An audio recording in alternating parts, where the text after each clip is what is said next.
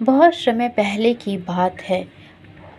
अयोध्या नगरी में एक महान राजा राज्य करते थे, जिनका नाम था राजा दशरथ। उनके राज्य में सुख, शांति और समृद्धि थी। राजा दशरथ के 4 पुत्र थे, राम, लक्ष्मण, भरत और शत्रुघ्न। राजा दशरथ के सबसे बड़े पुत्र का नाम था श्री राम। वे सत्यवादी, परोपकारी, धर्म के मार्ग पर चलने वाले व्यक्ति थे। जब राम का अभिषेक हुआ तब पूरी अयोध्या आनंद का वातावरण था। परंतु तभी रानी कैकेयी ने अपने 2 वरदान मांगे। एक, राम को 14 वर्ष का वनवास दिया जाए तथा दूसरा, भरत को राजा बनाया जाए। राजा दशरथ ने अपने धर्म का पालन करते हुए उन्होंने अपनी इच्छा के विरुद्ध ही राम को वनवास भेजने का निर्णय लिया। राम ने आज्ञा का पालन करते हुए अपने माता पिता के चरण स्पर्श किया और वन के लिए प्रस्थान किया। उनके साथ भाई लक्ष्मण और सीता माता भी चली गईं। पूरी अयोध्या शोक में डूब गई। लोग रोने लगे और तब राम ने समझाया, धर्म से बढ़कर कुछ नहीं। इस तरह तीनों वन निकल पड़े। राम ने वन में राम, सीता, लक्ष्मण ने कई स्थानों पर आश्रम किया, ऋषि मुनियों की सेवा की तथा राक्षसों को निर्दोषों की रक्षा की। एक दिन राक्षसी शूर्पणखा, जो रावण की बहन थी, राम पर मोहित हो गई। जब राम ने उसे अस्वीकार किया तब उसने सीता माता को मारने का प्रयास किया।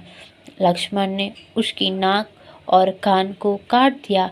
अपमानित होकर शूर्पणखा वह लंका लौट गई और अपने भाई रावण को उस्काया और कहा कि सीता का हरण कर ले। रावण ने छल से स्वर्ण का मृग का रूप धारण करवाकर वृक्ष को भेजा। सीता ने उस मृग को देखकर राम से उसे लाने का आग्रह किया। जब राम ने उसे पकड़ा, रावण सन्यासी के वेश में आ गया और सीता माँ का हरण कर उसे लंका ले गया। सीता का विलाप सुनकर राम और लक्ष्मण बहुत दुखी हुए। रास्ते में उन्होंने भेंट हनुमान जी और सुग्रीव से हुई।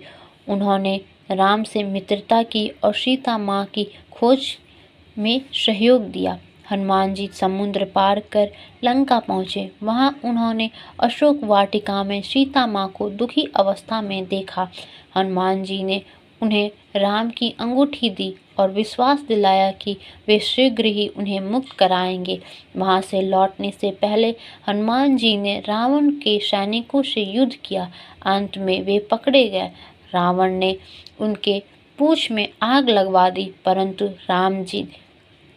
परंतु हनुमान जी ने उस आग से पूरी लंका जला दी और फिर समुद्र में पार कर लौट आए। जब श्री राम ने सीता का स्थान का पता चला तो वो विभीषण की सहायता से सेतु पुल बनवाया और सेना सहित लंका में प्रस्थान किया। लंका में भयानक युद्ध छिड़ गया। श्री राम की वीर योद्धा हनुमान, अंगद, जामवंत, नल, नील सभी महान पराक्रम दिखाया। आखिरकार राम और रावण के बीच भयंकर युद्ध हुआ। राम के 10 सिरों बराबर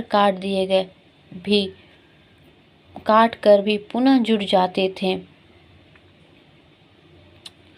आखिरकार राम और रावण के बीच भयंकर युद्ध हुआ। रावण के 10 सिरों को बार बार काट कर वह पुनः जुड़ जाते थे। तब विभीषण ने बताया कि रावण के हृदय में अमृत है। श्री राम ने यह ब्रह्मास्त्र का प्रयोग किया और रावण का अंत किया। रावण का वध के बाद सीता माता मुक्त कराया, परंतु उनका पवित्रता सिद्ध करने के लिए अग्नि परीक्षा दी। जिसे वे सफलतापूर्वक पार कर गए। देवताओं ने प्रसन्न होकर फूलों की वर्षा की और आकाश से आवाज आई, जय श्री राम। 14 वर्ष के वनवास पूरा होने पर जब राम और सीता और लक्ष्मण अयोध्या लौटे, भरत ने उनका स्वागत किया। अयोध्यावासी ने राम के स्वागत में घर घर दिए जला, हर मार्ग, हर चौक पर छत दीपमाला से जगमगा रही थी। लोग नाच रहे थे, मिठाइयाँ बंट रही थी, हर्षोल्लास से जय श्री राम का नारे लग रहे थे। उस दिन से दीपावली का यह महान पर्व मनाया जाता है। यह केवल श्री राम के लौटने की खुशी का प्रतीक ही नहीं, बल्कि अंधकार पर प्रकाश, अन्याय पर न्याय और असत्य पर सत्य की विजय का उत्सव है। दीपावली हमें यह सिखाती है कि जीवन में चाहे कितनी भी कठिनाइयाँ आए, हमें धर्म, सत्य और न्याय के मार्ग पर नहीं हटना चाहिए। अंत में सत्य की ही विजय होती है। जैसे अयोध्या दीपों से प्रकाशित हुई, वैसे ही हम सब अपने मन से अंधकार मिटाते हैं, ईर्ष्या, क्रोध, लालच और द्वेष को त्यागते हैं, तो हमारे जीवन में दीपावली का उजाला छा जाता है। आप सभी को दीपावली की हार्दिक शुभकामनाएं। और वीडियो अच्छा लगा हो तो लाइक करें, शेयर करें और कमेंट करके बताएं कैसा लगा वीडियो।